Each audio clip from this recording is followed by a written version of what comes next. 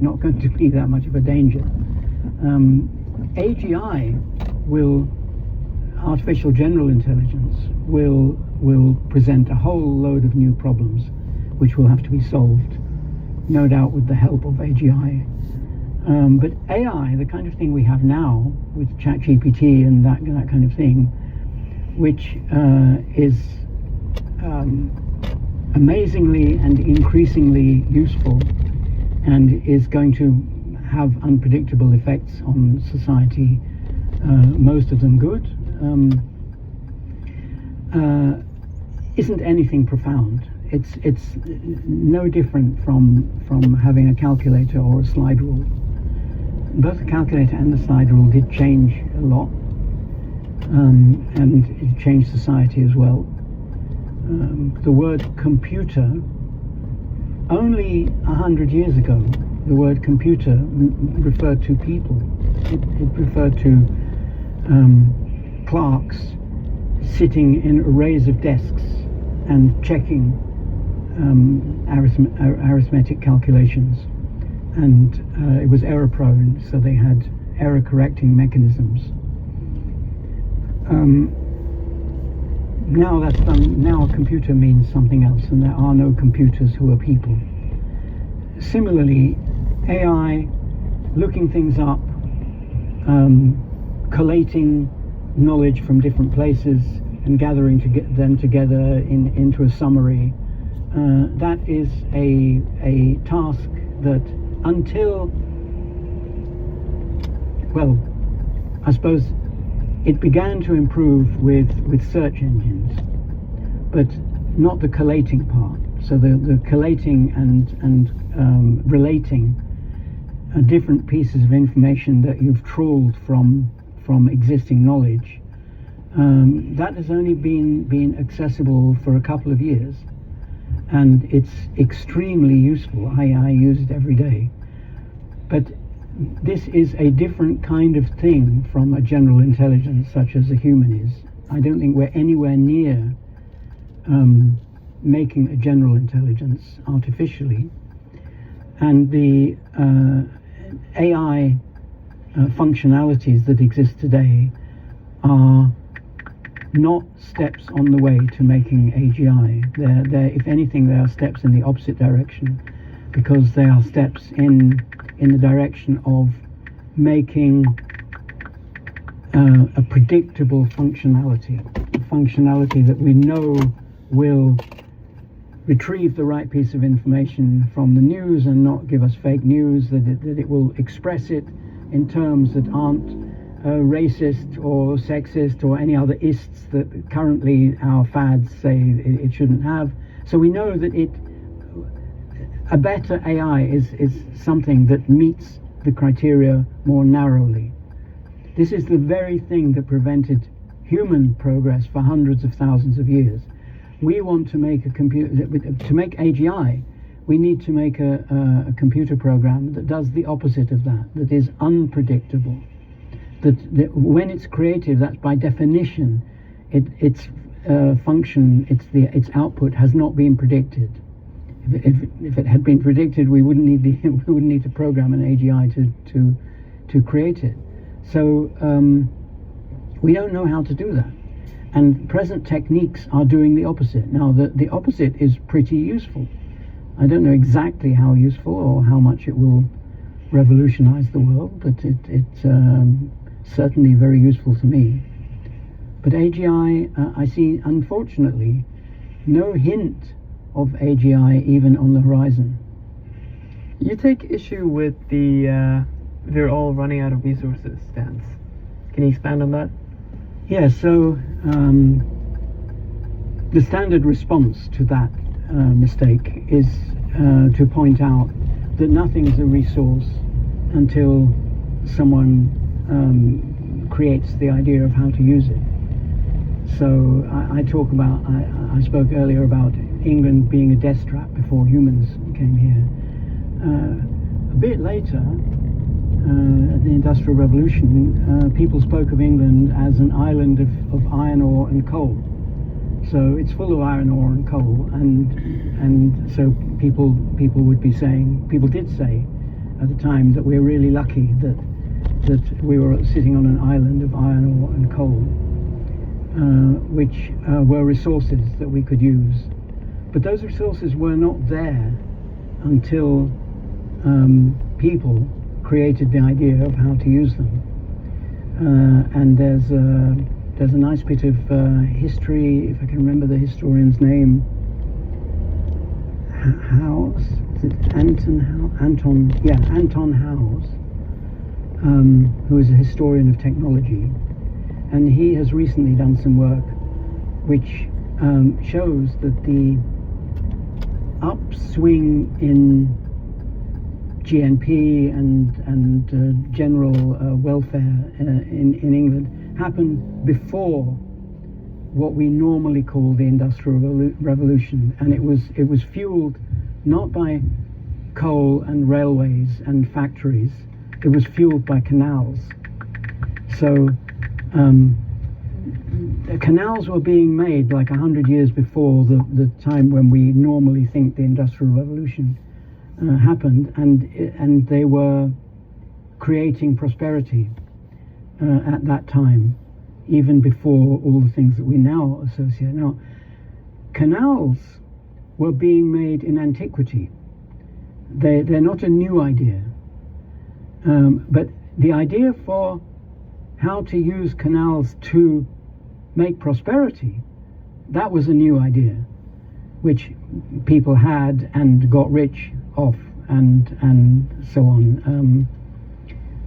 This is now, with benefit of hindsight, I think I remember that the TV documentary series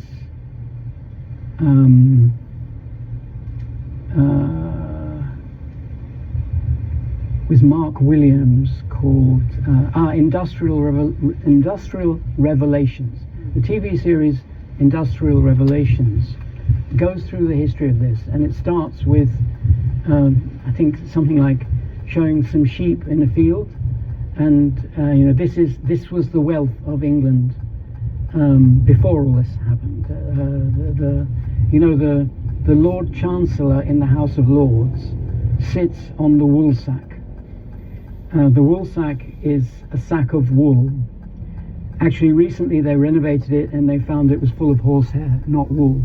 So at some point, but traditionally it was full of wool, and that was to remind the lords what the wealth of England rested on, and they better not do anything to impair the production of wool. So England used to export wool to the Netherlands, and they used to make clothes out of it and so on. So then Mark Williams says, okay, so that went on for hundreds of years, and then somebody realized, I forget what it was that they realized, but they realized that if they could somehow get the wool to Manchester or Liverpool cheaply, then they'd earn a lot more money, and they'd create a lot more wealth. And so how do you do that? The roads were terrible, and if you dragged the wool a couple of 100 miles, that would cost more than the increase in utility, and so they started making canals, and only then did they start, only like another century later did they start making railways.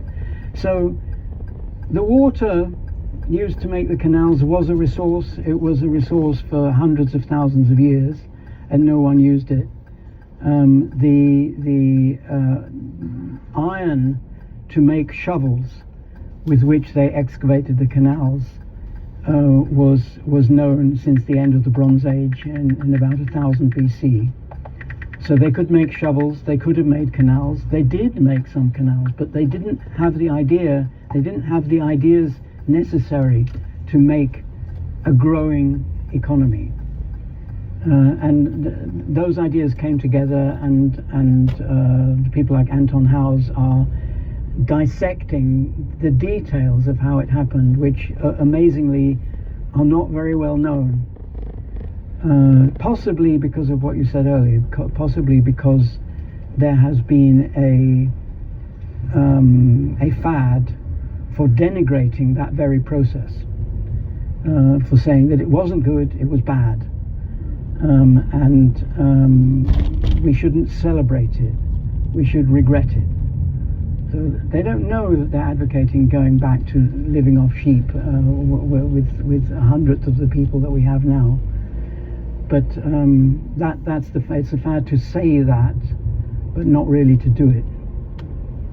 In one of our previous conversations, you said you were reading some work from Popper, and that was when you realized that if this epistemology that you were reading were true, then everything in existing educational theory was false. Yes, I remember where I was sitting at the time, and I was thinking, oh my God. Because I hadn't thought of education theory before. I was reading Popper for completely unrelated reasons. Well, everything's related, but I didn't know it was related. What made you question it? Well, I was simply taking seriously what he was saying about knowledge. Now, one of the things about Popper's philosophical writing is that he says that he is not a system builder. So he doesn't point out, he very rarely points out how one of his ideas about a thing like progress in science relates to another thing like why Plato was wrong about philosopher kings. It's implicit, it's all the same idea, but he doesn't hammer away as he should. And so I only realized this very gradually. But by that time, I can't remember exactly, but I think I was on the lookout for connections between different ideas of Popper's, and also between Popper's ideas and other things. So when Popper said there is no such thing as instruction from without, there is only conjecture from within, he was actually talking about biology. But anyone who knows that there's another meaning to the word instruction will be thinking of education in that context. At least I did. So then I don't know if it was that passage or some other passage that I was reading that made me think, well, basically,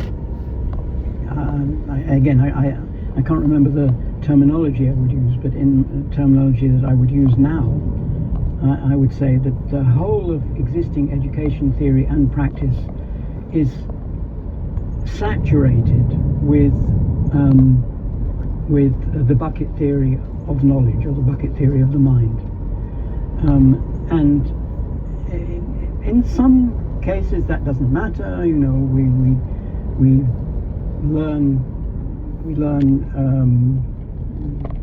I need to know about quantum statistical mechanics or something, so I pick up a book about it, and the metaphor is that I pick up the book and I pour it into it.